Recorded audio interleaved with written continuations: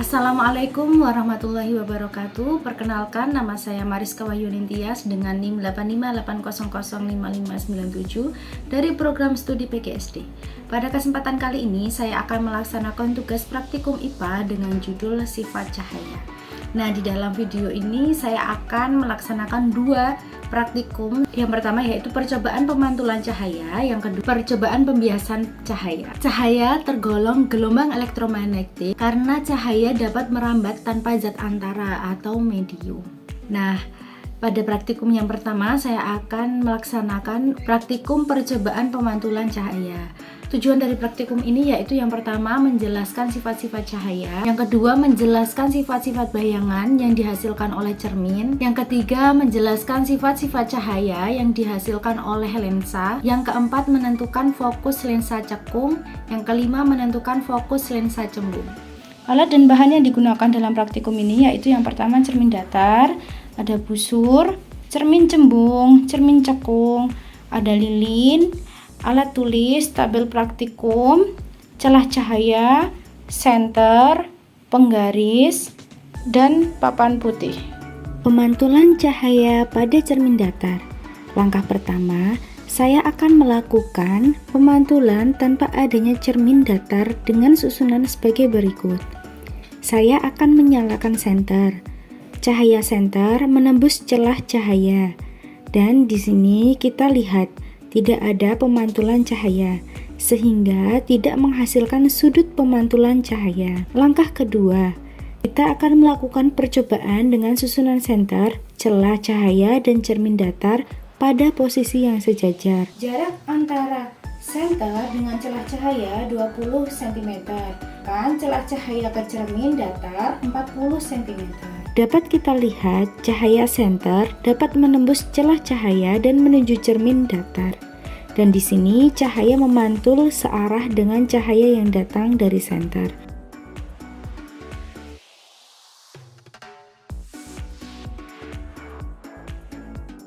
Nah, agar kita lebih jelas, kita bisa melihat dari susunan derajat berikut. Ketika kita di sini 10 derajat, maka sudut pantulnya juga 10 derajat. Ketika di sini 40 derajat, maka sudut pantulnya juga 40 derajat. Ketika di sini sudut pantulnya 60 derajat, maka sudut pantulnya juga 60 derajat. Ketika di sini 80 derajat, maka juga 80 derajat. Di sini misalnya 90 derajat, maka sudut pantulnya juga 90 derajat, seperti itu.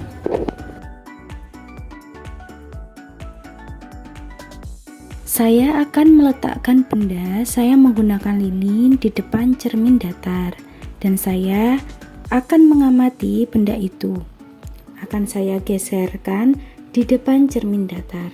Kemudian saya akan mencatat sifat-sifat bayangan yang dibentuk oleh cermin datar.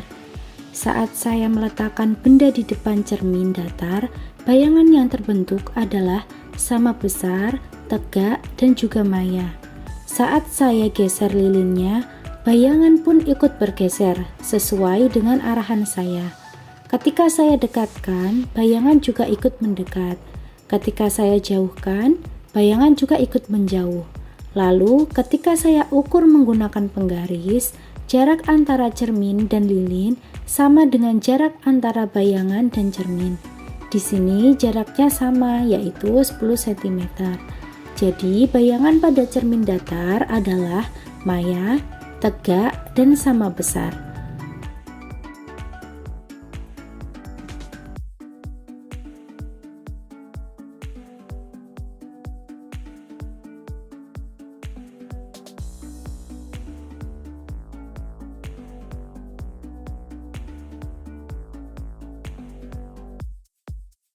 Percobaan selanjutnya adalah pemantulan cahaya pada cermin cembung. Ketika saya dekatkan cermin cembung pada lilin, cahaya tersebut akan dipantulkan dan sinar pantul akan menyebar. Dapat dilihat pada papan putih ini. Di sini cahayanya menyebar. Lalu ketika saya jauhkan cermin cembung, cahayanya menyebar makin luas. Jadi, sifat bayangan cermin cembung adalah maya, tegak, dan diperkecil. Untuk percobaan selanjutnya adalah pemantulan pada cermin cekung. Ketika saya dekatkan cermin cekung ini di depan lilin, dapat dilihat cahayanya terkumpul dan terfokuskan pada satu titik. Hal ini dikarenakan cermin cekung mengumpulkan dan memfokuskan cahaya. Pada saat cermin didekatkan, sifat bayangan yang terbentuk adalah maya, tegak, dan diperbesar. Saat cermin dijauhkan, cahaya yang terbentuk adalah nyata, terbalik, dan diperkecil. Kemudian, saat cermin cekung ada di tengah-tengah, bayangan yang terbentuk adalah nyata, terbalik, dan diperbesar.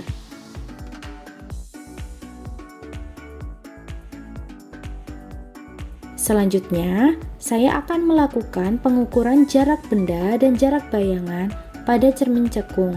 Untuk pengukuran pertama antara jarak bayangan dengan lilin adalah 10 cm, sedangkan jarak lilin dengan cermin adalah 5 cm. Pada pengukuran kedua, saya telah mengubah jarak lilinnya. Setelah saya ukur jarak bayangan dengan lilin, di sini adalah 12 cm. Lalu untuk jarak lilin dengan cermin saat saya ukur jaraknya adalah 6 cm. Untuk percobaan selanjutnya, saya akan menjauhkan cermin sampai bayangan tidak terlihat atau tidak nampak pada layar. Lalu saya akan ukur berapa sentimeter jarak sampai tidak terlihat adanya bayangan pada layar. Di sini jaraknya adalah 30 cm. Tidak ada bayangan yang tampak pada papan putih. Selanjutnya, di jarak 34 cm, bayangan juga tidak tampak pada papan putih. Saya jauhkan cermin lagi di sini di jarak 36 cm. Pada papan tidak tampak ada bayangan. Dan saya jauhkan lagi di jarak 38 cm. Di papan tidak tampak ada bayangan. Percobaan pembiasan cahaya.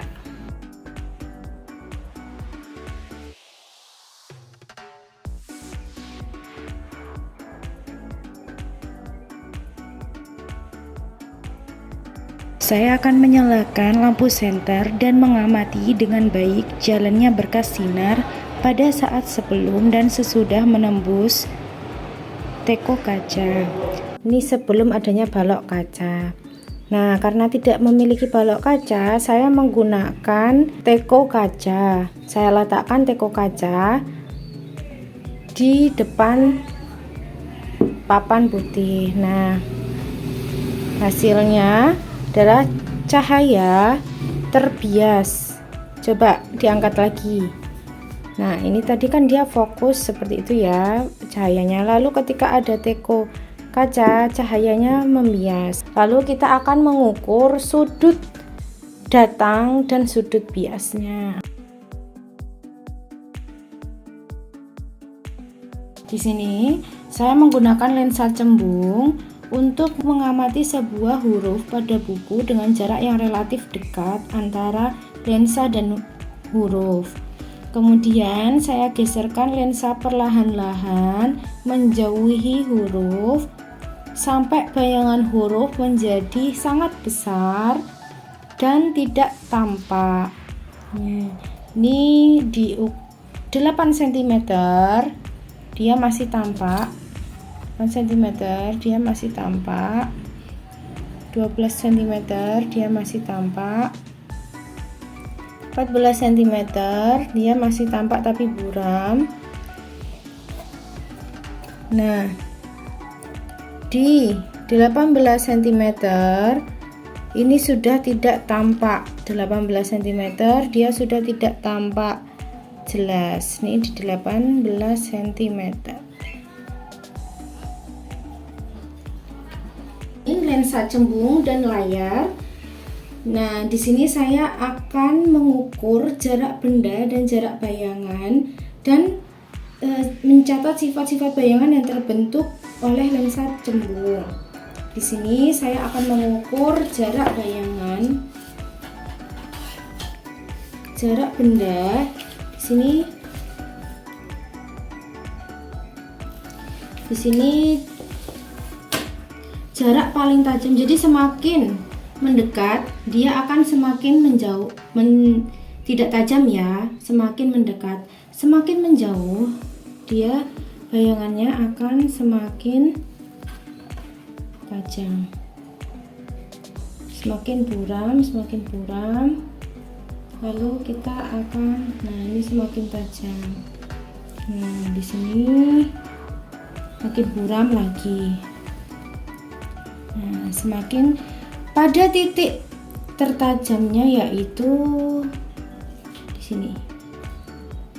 Nah di titik 20 cm.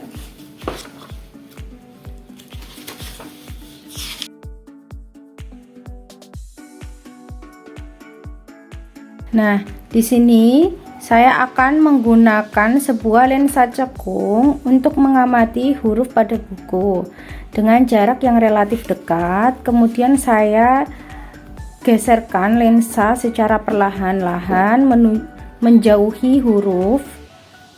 Lalu saya akan catat sifat bayangan yang dibentuk oleh lensa cekung. Nih. Nah, dia semakin jauh, semakin jauh dia akan semakin kecil tulisannya. Nah, berbeda dengan lensa cembung tadi, semakin jauh dia tulisannya akan semakin blur atau hilang. Kalau ini semakin jauh, semakin jauh dia semakin kecil tulisannya. Nah, semakin jauh semakin kecil tulisannya. Seperti itu.